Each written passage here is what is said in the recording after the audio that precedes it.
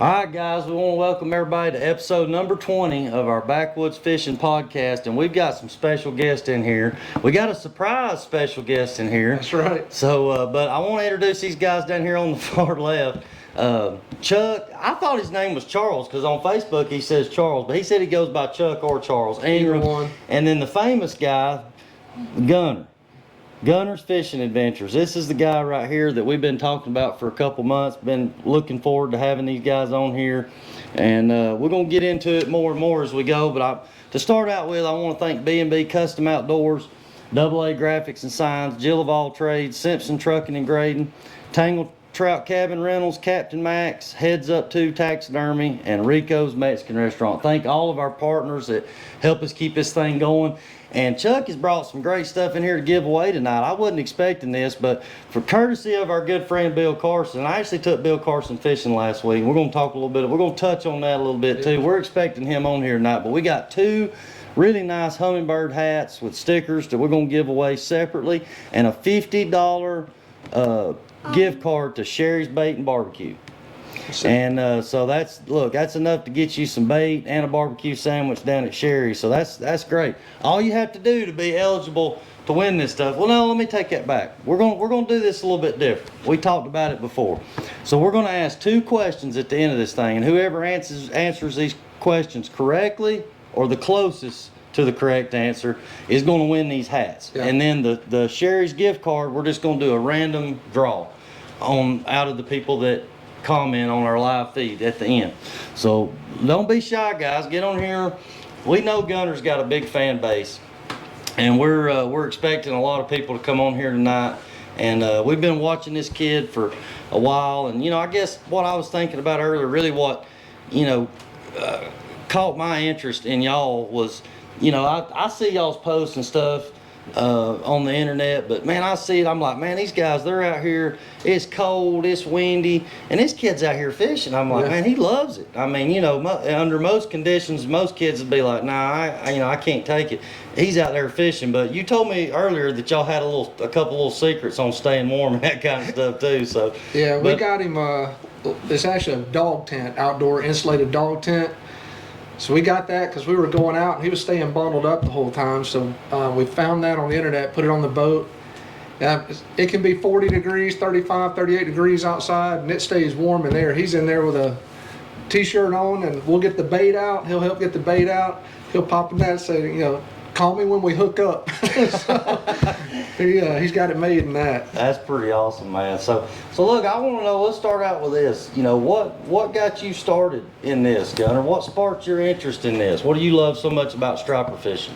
That you can do what it takes to catch they. Yeah. Yeah. Now, how old are you? You're 7, right? Yes. Okay. And you started fishing when you was about 5 years old? 2. 2 years old. We trained him. We potty trained him with a rod casting. We just set it outside the little portable toilet for kids. Yeah. It's the only way we could get him to sit on it. He'd sit on that commode. We give him a little kid's fishing pole. He'd sit there cast into the yard, sitting on that potty. That's how we potty trained him. Are you serious? Yeah. Hey, we should have tried that with him. So just so everybody knows, this is my son. So Gunnar has inspired a lot of people along the way, and I've been able to see that through social media. But once Landon knew that Gunnar was going to be on the show, he wanted to set up here, and I was shocked that he wanted to get up here and talk in front of these people, or at least he said he didn't want to talk. He said he just wanted to sit here. That's awesome. Yeah, but either way, Landon's been fishing with me some, and as I told y'all before, he's a fair weather fisherman, and that's okay. I'm getting more and more like that myself. I don't like these real cold mornings and we're real windy days and that kind of stuff. But so Keith McKinnon said you still use that potty. Yeah. Talking about you. Yeah. Hey, do what you got to do, right? You do what you got to do. To get these kids. But that is awesome. I would have never thought that's how he got started. He was potty training on a little commode. That's crazy. Yeah, he we started striper fishing. We moved back to Georgia. I fished all my life. My wife's fished all her life, and we typically bass fish. So we moved back to Georgia. Went out with Dale Sheets.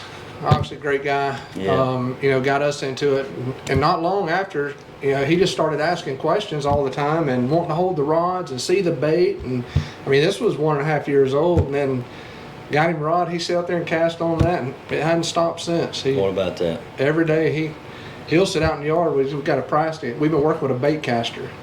Got him a little fake, you know, lure, no hooks on it. He'll throw 200 throws a day in the afternoon.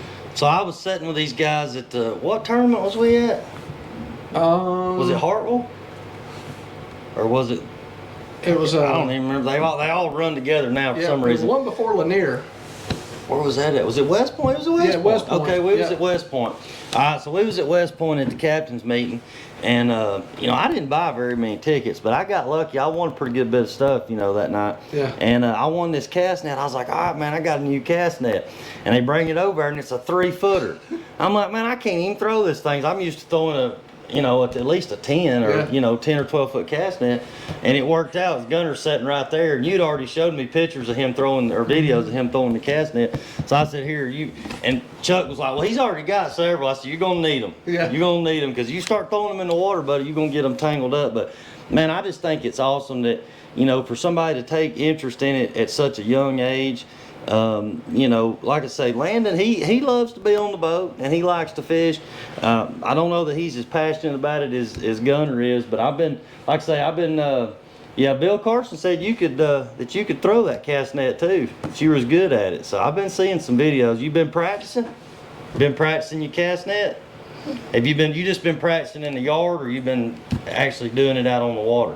I did it out on the water one time, and the rest have been practicing it on the grass. Okay.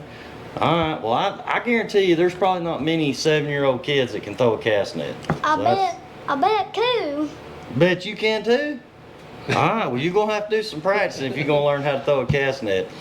But, so look, we want to say we appreciate all these people coming in here. And somebody said that Gunnar was their hero. I don't know. That was on a comment on up at the top there. I knew y'all had a pretty big fan club, and y'all probably gonna have some family and friends and fans in here. So we appreciate everybody coming on here. And like I say, if you missed the beginning of it, we're gonna give away some stuff here in just a little bit, courtesy of Bill Carson, Muhammad Burr. We got some hats.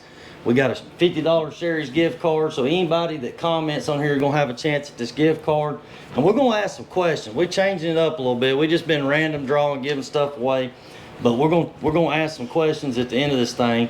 And I'll say this, you can't cheat on these questions, guys. You can't get on Google and just look it up. We want everybody to just take their best guess, and we're trusting everybody to, you know, to be honest with it. But all right, so we're gonna talk about this a little bit too.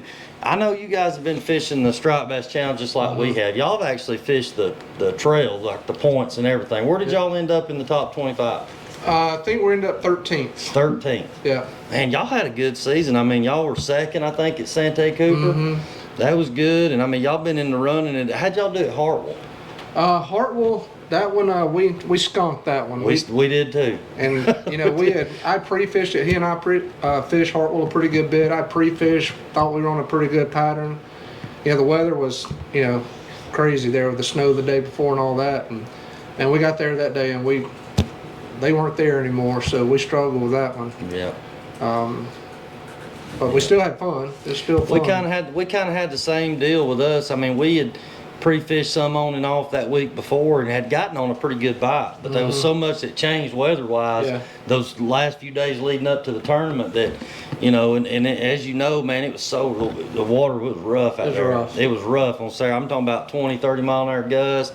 And, you know, we had a house rented on the lake, and we had just committed to fishing that area because we had our boat tied up to the dock, and we wanted to leave it under the cover so that the snow didn't build up inside the boat. So, but with all that being said, you know, we probably should have fished a different area of the lake. We probably should have just trailered. But like I said, we started talking about trailering the boat. Man, the roads are iced up, and it was a mess. I mean, it was an absolute mess. I mean, it was just for anybody to get out there and just try to catch a fish was an accomplishment, to be honest with you. But there was people that was able to overcome it. Yeah. But either way, y'all have had a good run. And for some reason, my TVs went out right here. So we'll get everybody back on here in just a minute. I'm not sure what's going on with that. and you can shut down. When all those fish up together, you when you get at the same price for the fish that you can buy. You catch them. Yes. Yeah, so I mean, you know the basics, man. You just That's gotta, it. you find the fish, you catch the fish. Ain't that right? Yeah, so I mean, it's, you know, it's Yeah. a lot easier said than done. But we have a lot of things nowadays that people didn't have back in the day. And, you know, like I said, I'm inspired by Gunnar. And I think it's awesome that kids at such a young age taking interest in this sport. You know, we've talked about it on here in the past with the... It frees now. Yeah. So Bill said that our sound was in and out, so maybe we can work on that. I think everybody's phone's in airplane mode. Mine is. Yeah, I think everybody's phone's in airplane mode. So as long as everybody's phone's in airplane mode, I'm not sure why our sound's going in and out, but we'll clean it up on our... And you know, me and him don't have phones, so it's gonna hit them in airplane mode. No, y'all don't have no phones, so you don't have to have them in airplane mode. Bill, we're working on it. We got some great people behind the scenes back here that's working on our sound. I'm not sure what's going on, probably something with our Wi-Fi, maybe something with this new thing here going on, I'm not sure. But we're working on that, making sure that we have got our comments pulled back up. Yep.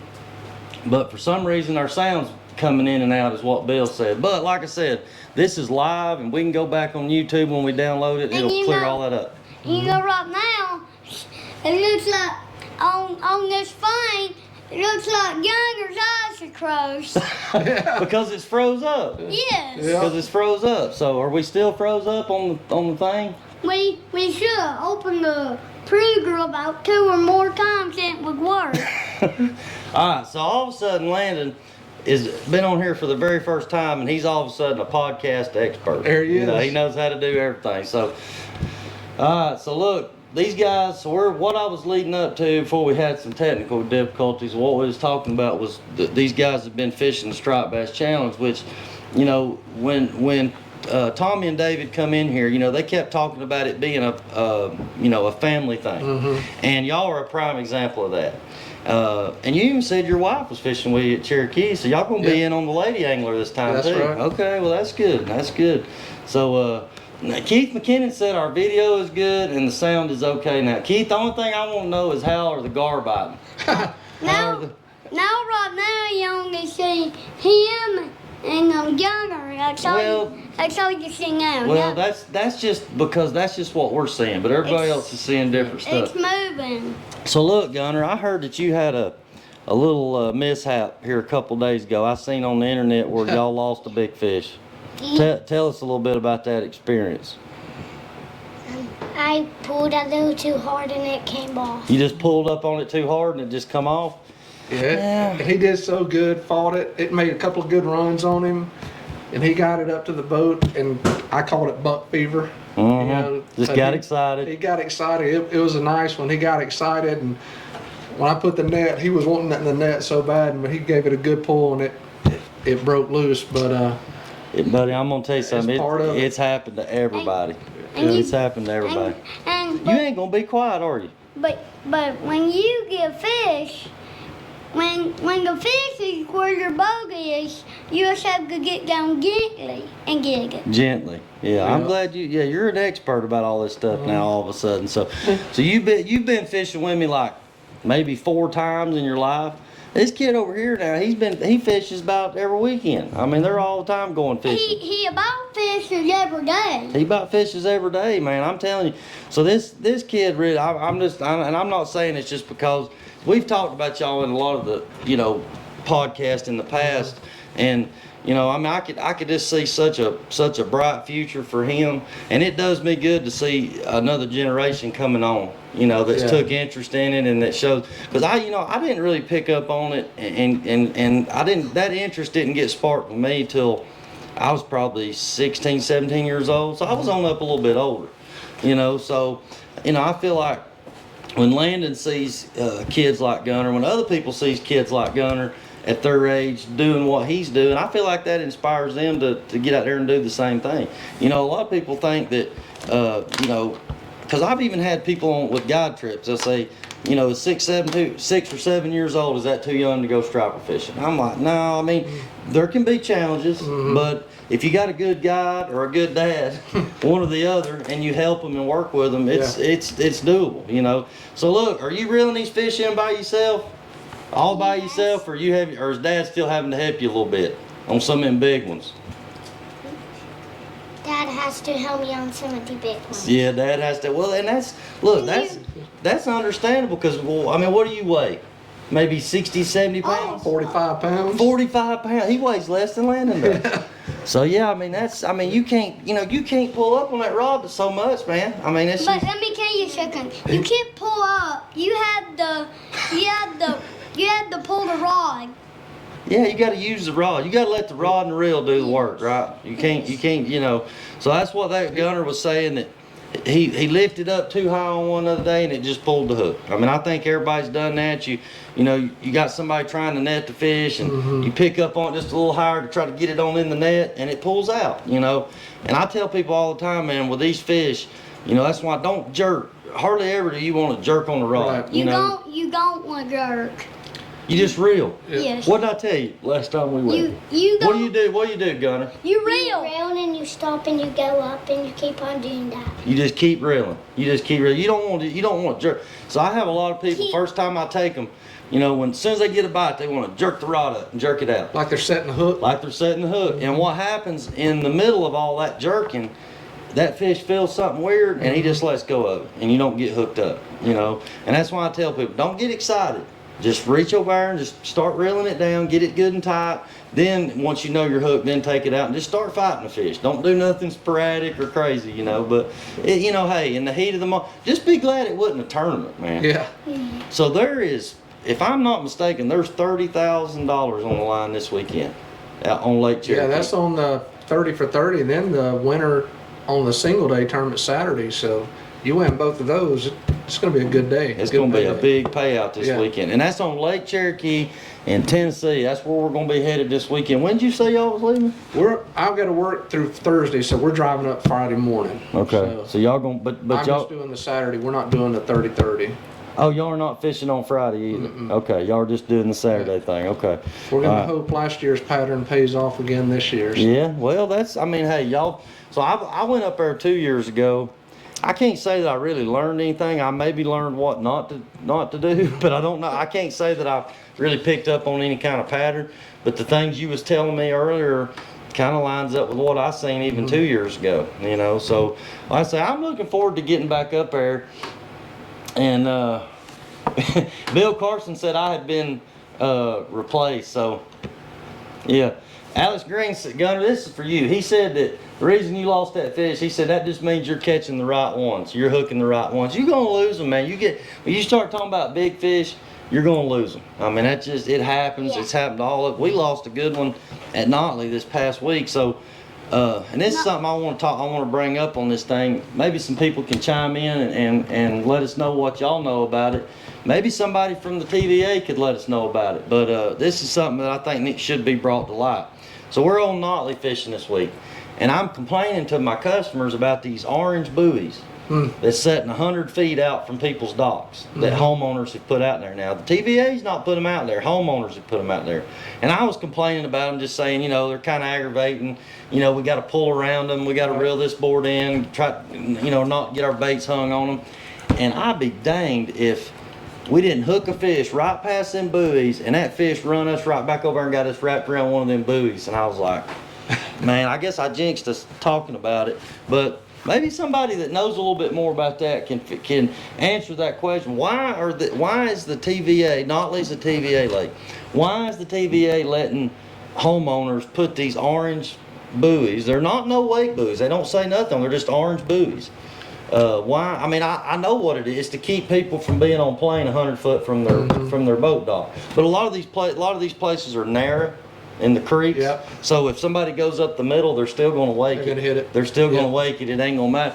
But you know, like I said, I mean, people are still fishing up. If they're trying to keep people from fishing, you can't do that. I was told by a reliable source that if those buoys cause a boat accident on the water, that homeowner is reliable. Should be. So I'm almost guessing it's one of these things where, okay, there's not a law to stop people from doing it, but here's the repercussions if something happens because of what, you know, that you've done. You put these orange buoys way out in the middle, almost out in the creek channels and stuff.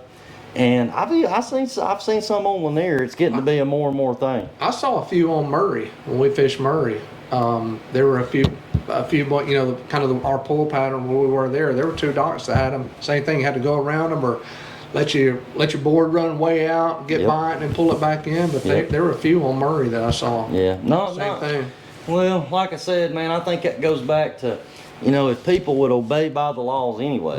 You're not supposed to be 100 foot away from a dock on plane. You're not supposed to be 100 foot away from another boat on plane. That's Georgia state law. I'm not sure about other states, but you know, so like I said, I know that's why they do that, but you know, I'll be honest with you, for us, for striper fishermen, and I think he'll agree with this, it's aggravating. Yeah. It's aggravating. So if people would just obey by the laws anyway, maybe these people wouldn't do that. But maybe somebody else can chime in here and tell us a little bit more about why the TVA or the Corps of Engineer, obviously, like, is Murray, what is it? Is it Corps of Engineer?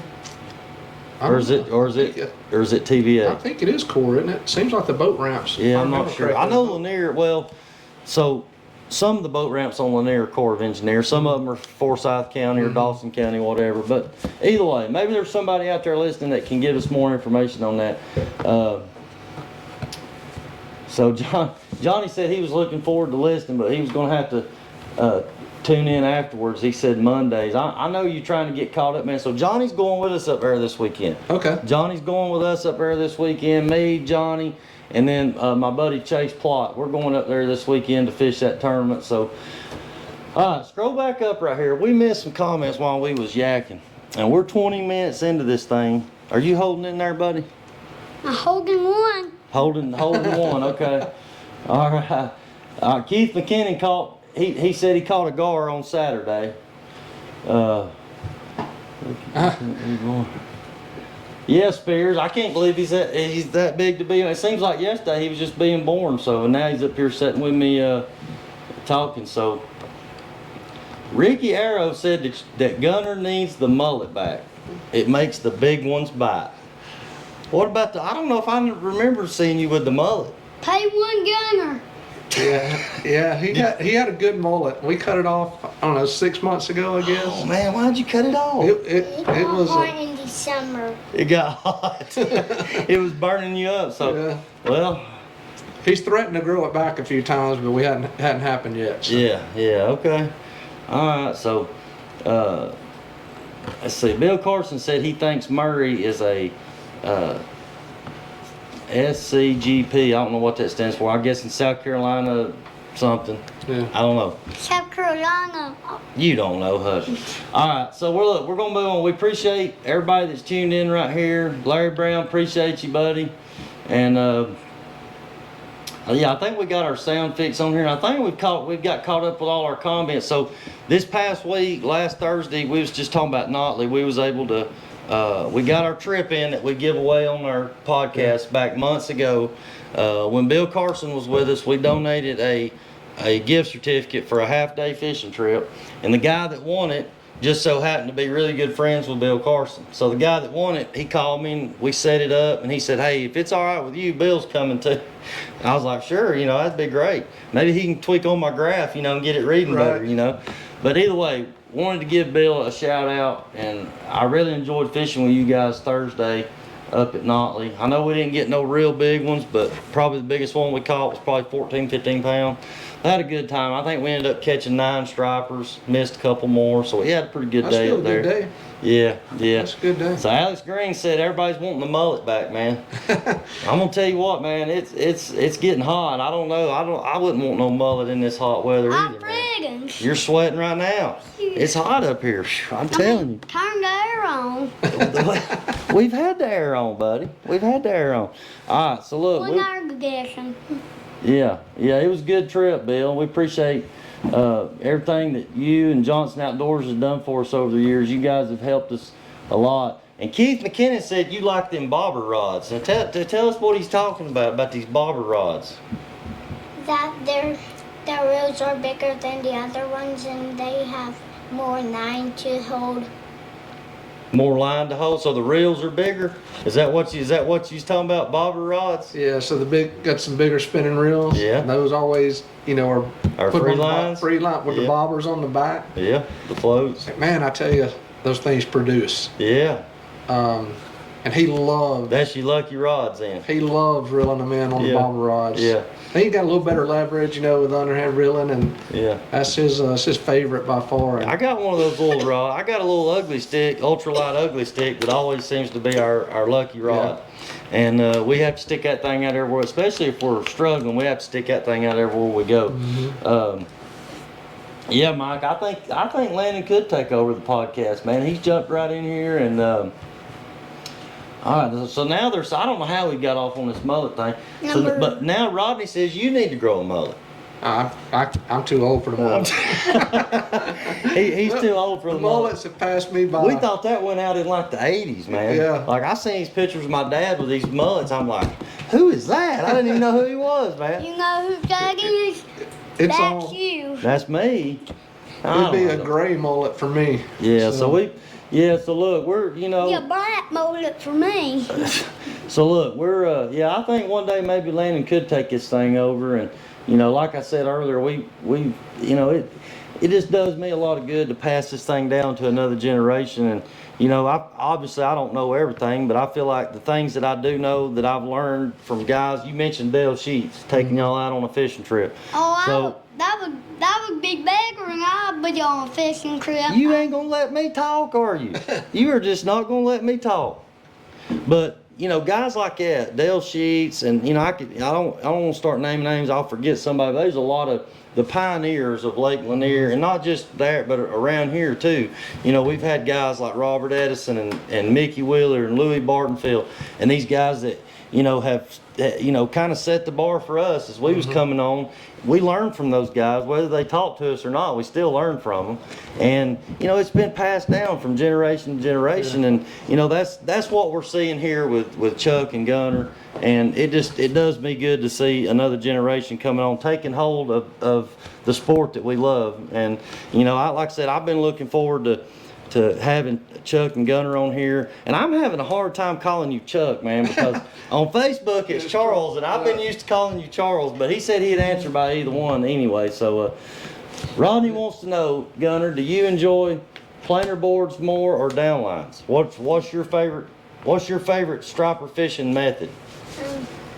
Planer board. Oh yeah, planer boards, baby. That's what I'm talking about. I love some planer board fishing. And so what let me say this, a lot of people think planer boards are just for live bait, but that's not so. Over the last, I don't know how many years, but guys like Bill Carson and Mac Farr have proven that you can put these Mini-Max or A-rig behind the planer board and you control it, get more of them out, and that can be very effective too at certain times of the year. So that's probably my favorite kind of method. Is I like pulling planer boards more than I do downline fishing, because I feel like with planer boards, if nothing else, at least I'm moving, I'm covering water. Well, that's with him. That's one reason too. Like downline, you're just sitting there, and even though he loves it, he's still his patience. He's wanting to move, wanting to be on the go. So we put planer boards out. We can cover a lot of ground. Boat's always moving, and with him, he likes that a lot. So let me say this, or who's calling the shots now, Gunnar? Are you calling, like I'm saying, when it's time to move to another spot? Are you making them decisions now, or is Dad still making them decisions? Or Dad makes this? Okay, he makes the decisions, and you're just moral support, right? Yeah, he does pretty good though about picking. Like some days, especially in the fall and the spring when you got more options. And for us, anyways, where we fish, I say, you want to fish here or here, and let's fish there. Yeah. So he's getting to where he's starting to pick it. That's good. So I had one of the guys that fished with me and Bill and Stuart the other day. His son's doing the high school bass fishing stuff, and he was telling me that, you know, he got to a point to where, you know, he started out calling the shots, and then he started letting his son call the shots. And he was like, all right, son, where we gonna go next? He's like, if you ain't gonna figure out where we're gonna go, I'm going to the boat ramp. I'm gonna go get something to eat. Yeah. So he basically put it in his lap and made him make those tough decisions. And like I said, I think that's a little much for a 7-year-old, but you're breaking him in, and you're leading up to that point. So it won't be too many more years. You'll probably be calling the shots, Gunnar. Does he let you run the trolling motor? Oh. You don't run the trolling motor? You just man the rods, right? Oh no, I get two. You ain't done nothing. The only time, listen, the last time we took Landon fishing on Carter's Lake, all he did was reel fish in, reel them in, and we couldn't get one turned back quick enough, and you want to know why we didn't have another one on. And I'm like, man, this is, you know, which I've dealt with kids, you know, for a long I know time. you're gonna. Taking kids fishing, and some are easier to entertain than others. He was a tough one to entertain. I mean, they've really got to be biting to entertain him. Yeah. If they're not biting, he wants to go ride around, go for a boat ride.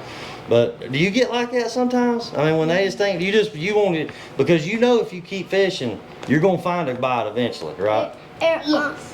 Let me tell you why you won't get off the boat. You hungry. You won't go get something to eat. You want to get something, well, you take food with you. I know. That way you don't get hungry. You stop and you just eat a little snack and you keep on fishing. Last time I caught the donuts and that's all I ate. Chocolate donuts. That sounds about right, but that's not a good snack on the lake, man. You need some, like, The corn.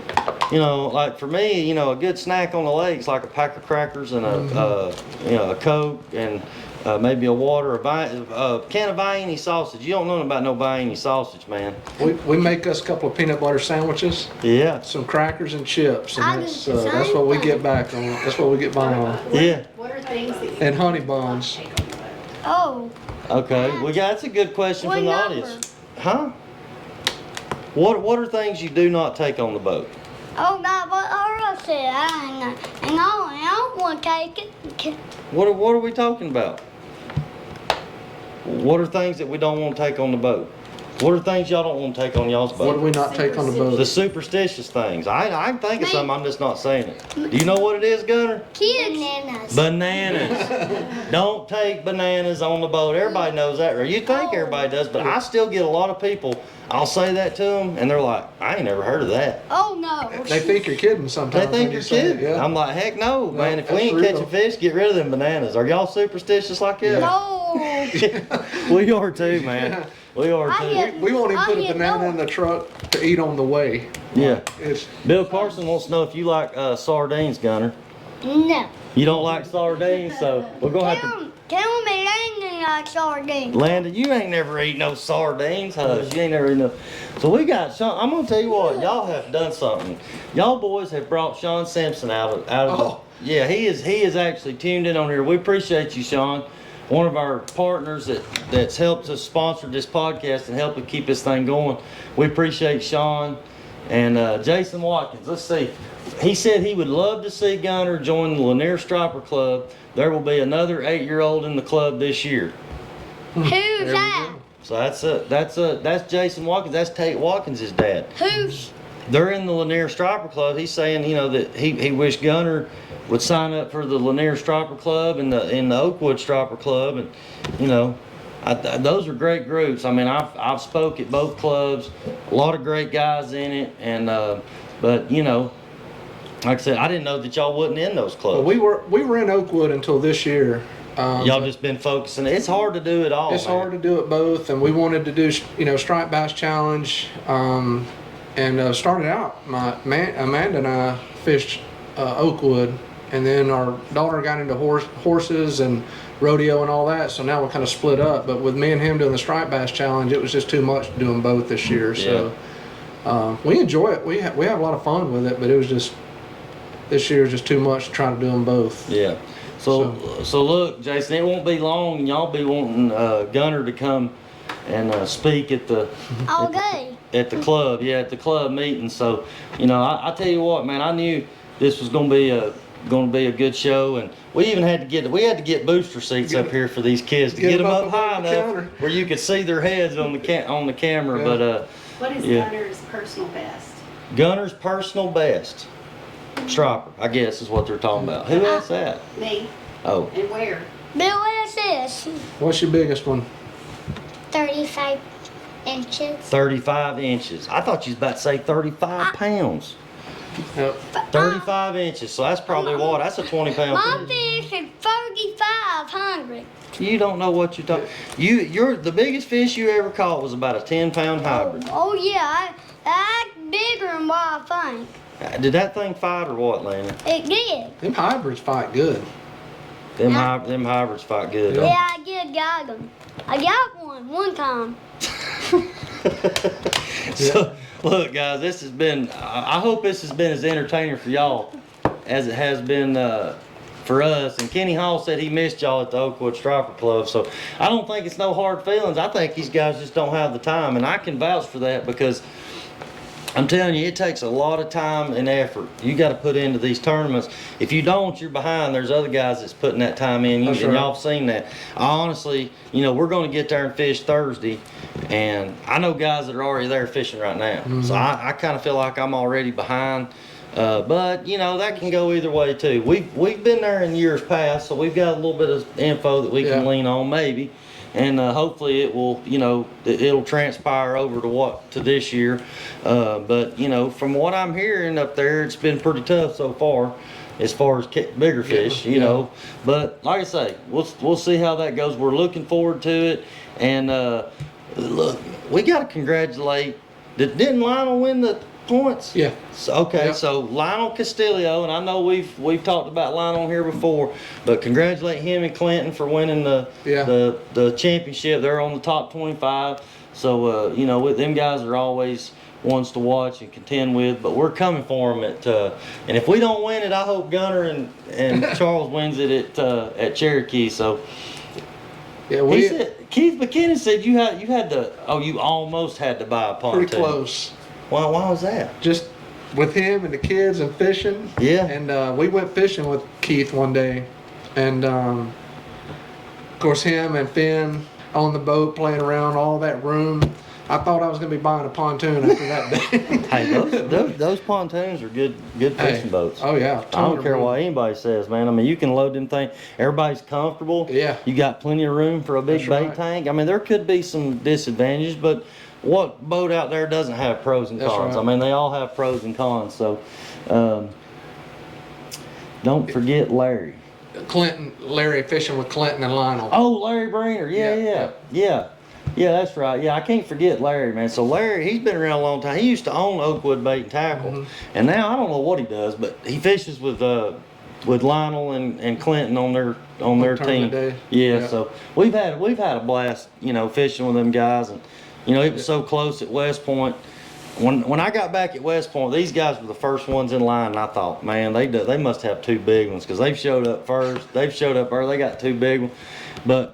So when we weighed our fish in, we had first for a little while, and we just waited and waited and waited. And I knew Lionel was going to be the one because I'd done heard, that Yeah. Lionel had two good ones, and I didn't think Lionel was ever going to get up there to weigh his fish in. We stood there forever. I stood there with you Yeah. talking to you, man. I was so nervous, and sure enough, he come in there and beat us, knocked us out of first. But either way, it was all in good fun, and me and Larry and Lionel, we was all cutting up and having a good time, and that's what it's all about, man. And getting these kids out, enjoying the outdoors, give them something to be passionate about and to look forward to.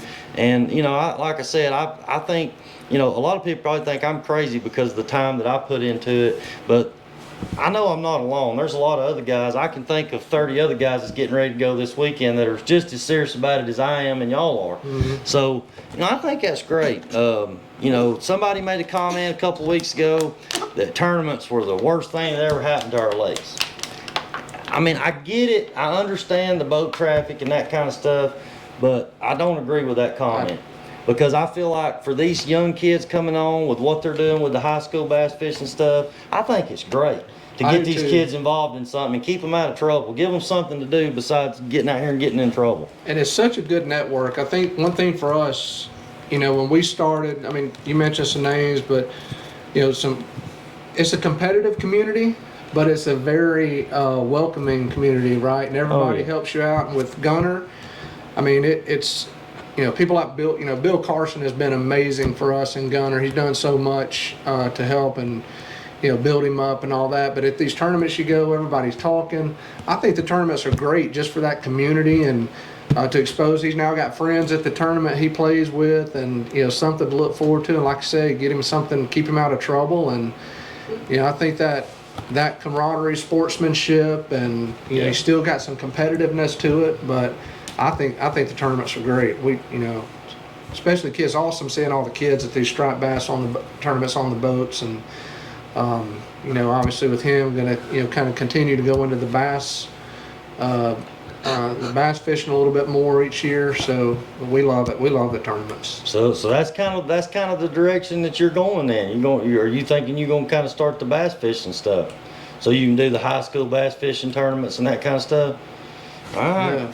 Man. I tell you, it's hard to go from striper fishing to bass fishing. It's two totally different things, but I think it's awesome. Though. I mean, that's it's a whole different kind of fishing, a whole different kind of challenge within itself. But that's great. I mean, I think that's awesome. It helps him a ton. We've got a pond on the property, and we'll fish a tournament. We'd fish an Oakwood tournament. We'd get home at 3 o'clock. From the Oakwood tournament, 3:30. Get out of the truck, and he's standing there with a rod ready to go to the pond. But we'll go down there and fish for 2 hours. But for him, I think they help him both ways.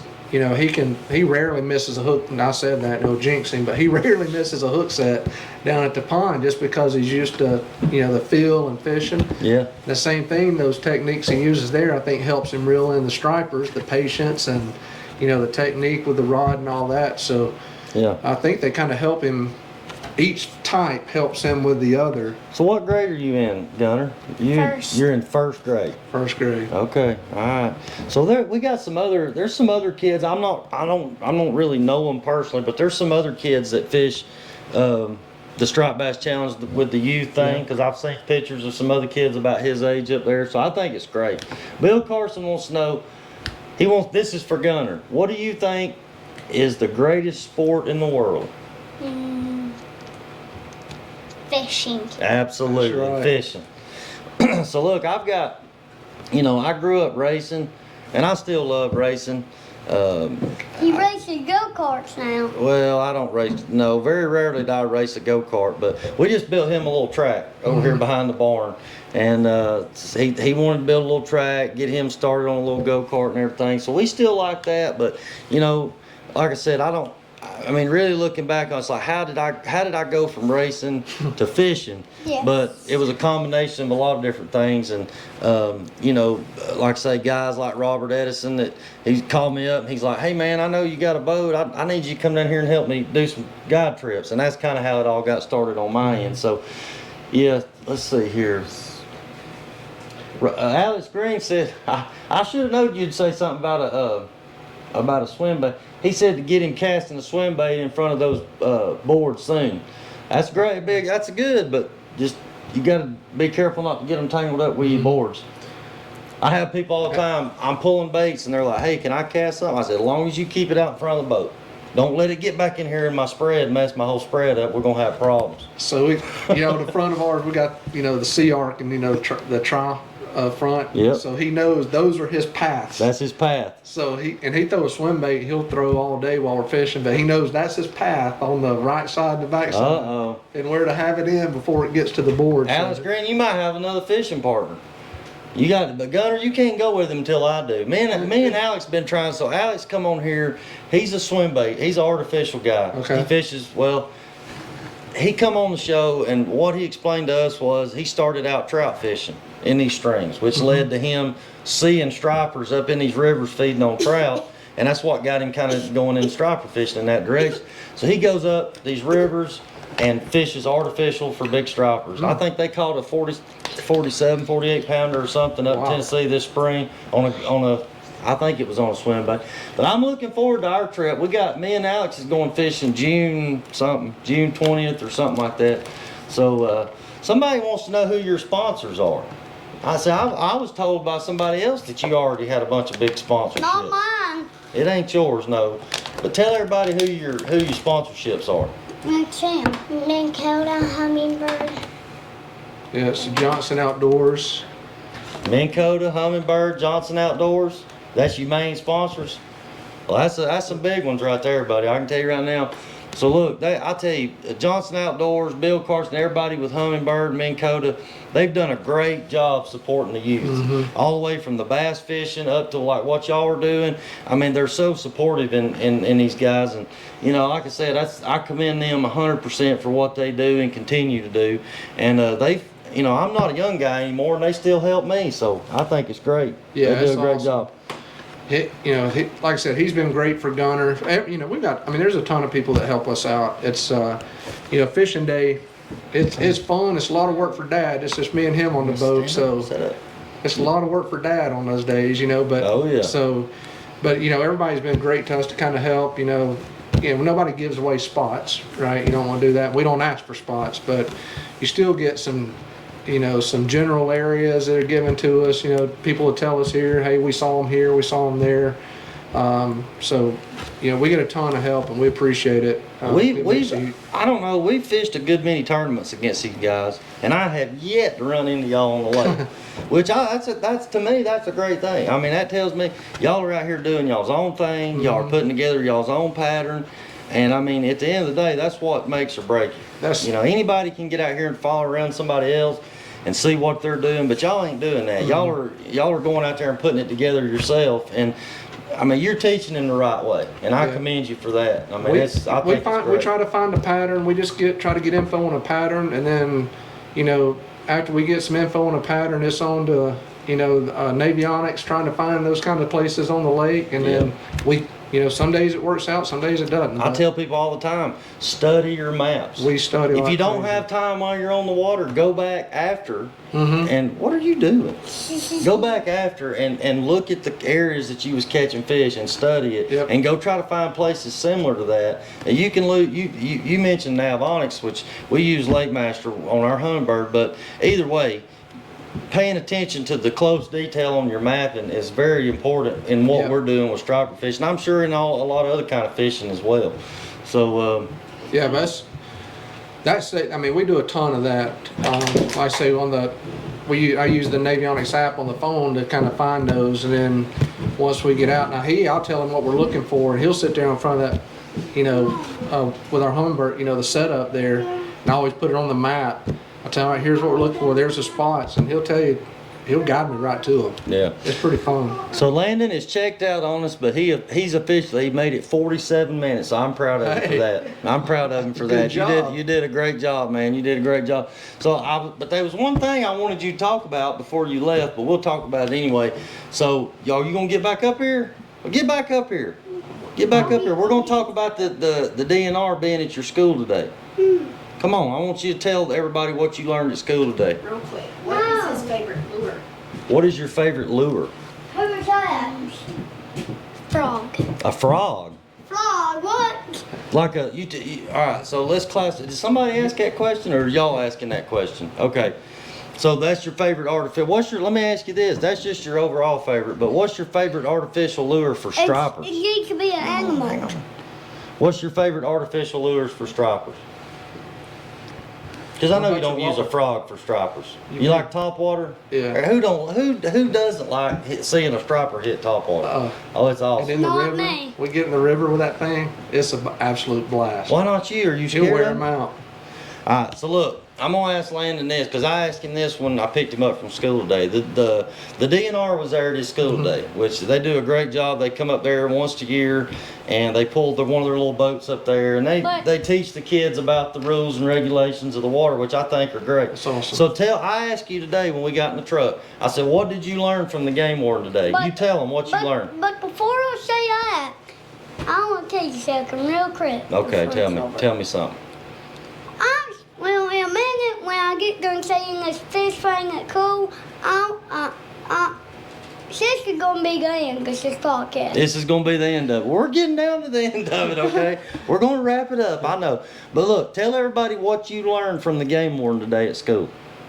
It was, well, you see, when the bow is running, you don't sit on the side of the bow. That's one thing. That's one thing. That's right. And when the engine comes on, you don't go on the back of the motor. That's right. And when somebody falls off the boat, you frame something out there to get it back in the A boat. flotation device. Yep. That's right. So you actually learned 3 boating safety rules Big today. ones. Big ones at Big school. So ones. I was proud of that. Yeah. I was like, I commend the DNR for doing that. So are you done now? You've done?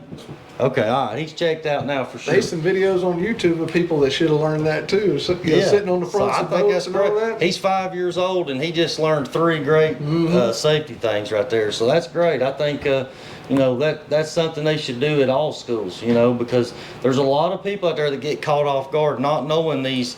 Either not knowing or just not thinking, but those are all things that we have to know because the biggest thing is we want everybody to come home safe so we can go back and fish again.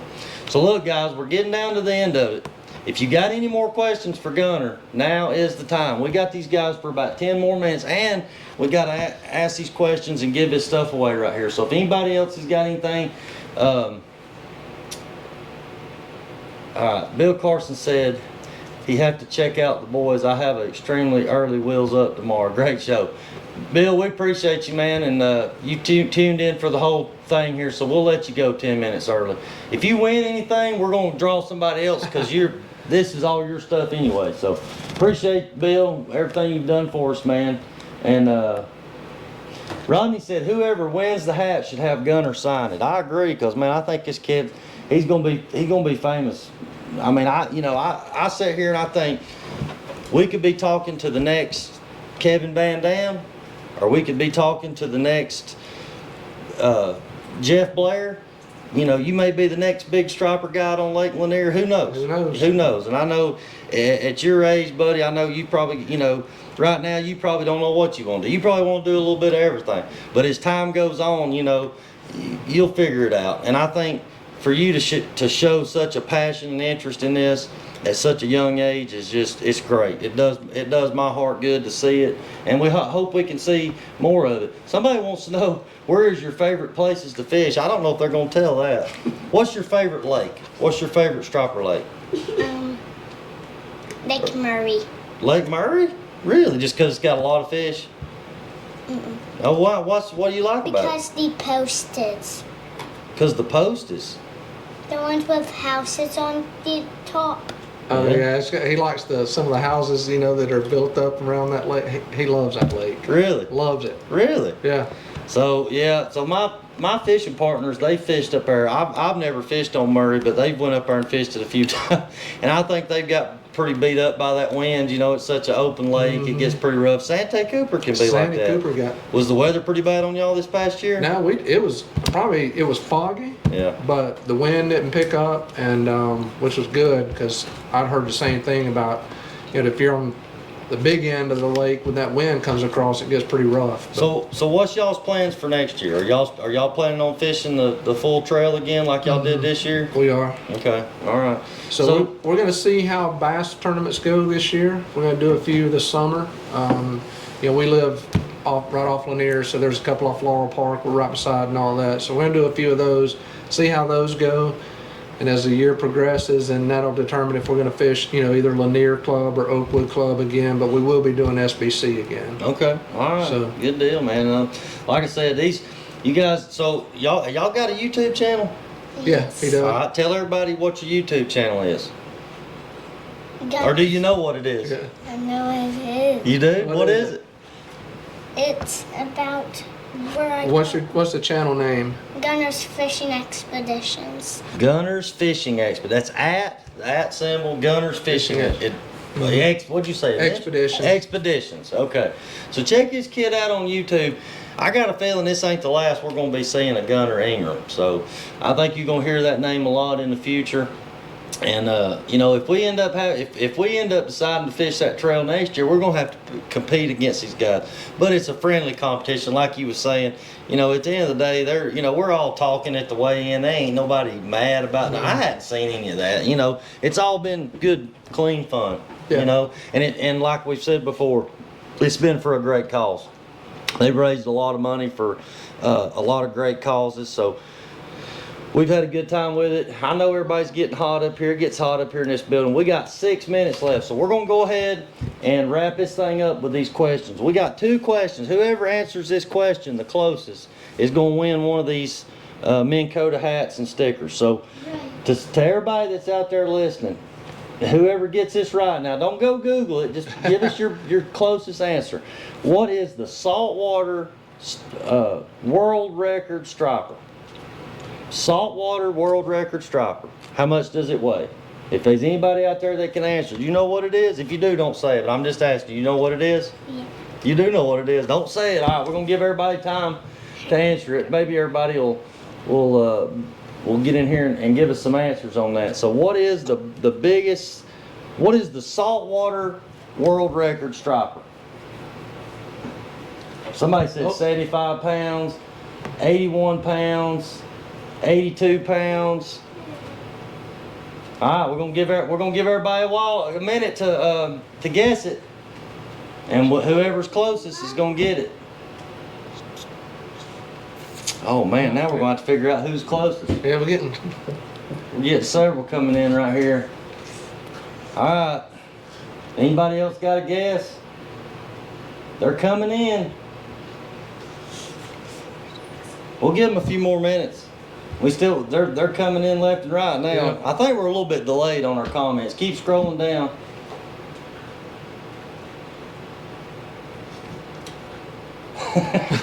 Hey, I had to look it up too, Alex. don't feel bad. Alright, so look. Scroll back up. I hate to say this, but Keith McKinnon is the closest. Keith McKinnon. He Googled it. You're the closest. So the saltwater world record striper is 81.8 pounds.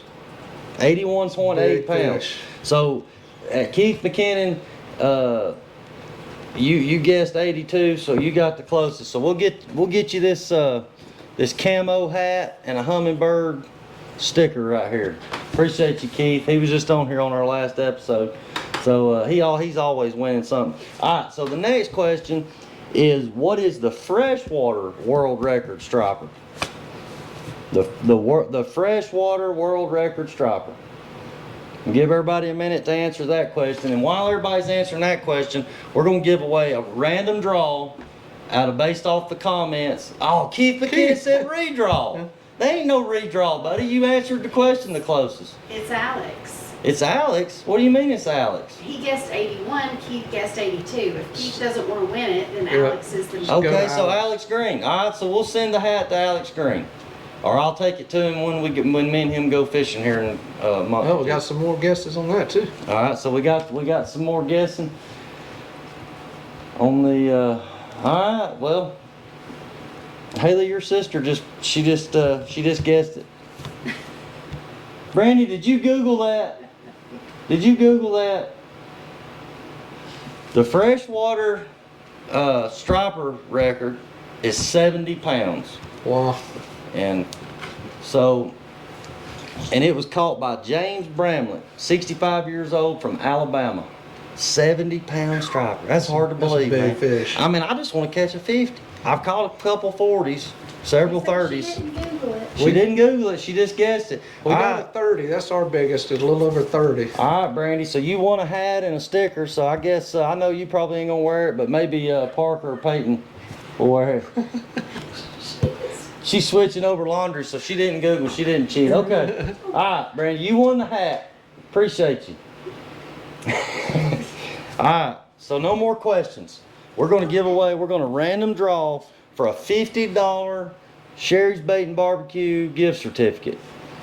And I'm gonna tell you what, they got good bait and even better barbecue at Sherry's. Yep. Great place to stop if you're on the 53 side of Lake Lanier. Great place to stop in, get bait, get food, get whatever you need. They got a little tackle shop over there, get you all your stuff. Yeah, they got tackle bait. Terry's a great guy. Great guy. He takes care of us. He does great, All right, great job. we're fixing to do this random draw right here on this Ooh, look, a gift lot of names certificate. on there. Yeah, here we go. We're spinning the wheel. So we're doing this a different way now. Yeah. We're Look at that. spinning the wheel. Pretty cool. Hey, Ricky Arrow. Ricky Arrow. Ricky Arrow won the $50 Sherry's Bait and Barbecue. That's good. He can use that. Yeah. Because I know he's probably gonna go by there and he's gonna buy bait and food and everything else. So Ricky Arrow. Ricky catches a lot of his bait too. Yeah. May have to go there and get him a sandwich. Yeah, he can go get him a sandwich. Yeah. After he catches bait, he'll need to go over That's there and get right. a sandwich and recharge. So look, guys, I appreciate Charles and Gunnar coming in here and sitting down with us. And you know, when we first talked about it, he's like, I know Gunner's gonna be a little bit nervous, but that's expected, buddy. You're 7 years old. I think you've done a great job. You come in here, you've sat here like a professional, and you've done a great job. And like I say, y'all guys are gonna be seeing more of this kid right here. So we appreciate these guys coming. Appreciate B&B Custom Outdoors, AA Graphics and Signs, Jill of All Trades, Simpson Trucking and Grading, Tangle Trout Cabin Rentals, Captain Max, Heads Up 2 Taxidermy, and Rico's Mexican Restaurant. Appreciate all of our partners. Appreciate everybody tuning in. And do you guys got anything? Anybody else got anything to say before we get off there? Just a smile. The smile says it all. Yeah. The smile says it all. Yeah. Oh, thank you, sponsor. You got to thank you, sponsors, man. Speak up. Yeah. Thank you to who? Sponsored. Humminbird, Minn Kota, Johnson Outdoors, Mr. Bill. yeah, Mr. Bill. Yeah, Humminbird, Minn Kota, Johnson Outdoors, Bill Carson. That's your main biggest sponsor. And like I say, his kid's got a lot of other people that's helped him along the way. And you know, that's what's so great about our sport, man. There's been people like Dale Sheets, which, you know, the late Dale Sheets, I miss him, man. He was a great guy, a great fisherman, and a pioneer to me of the striper fishing on Lake Lanier. And because of guys like that, that's what I said earlier. They paved the way for me and for other people, and then now these guys coming on. So I think it's great. It's all come full circle. Appreciate everybody tuning in, and you guys are going to look forward to the next one. So May 12th, that is a Monday, right? Monday, May 12th, we got Jeff Blair coming in Awesome. here. I didn't think we'd ever get Jeff to come in here, but we got Jeff Blair coming in here. Going to sit down and do a show with us. We look forward to that. Hope everybody will tune in with us, and that's on May 12th. Monday, May 12th at 7 o'clock, we'll go live with Jeff Blair. So we appreciate that. Appreciate everybody tuning in, and we'll catch you guys on episode number 21. Thank you.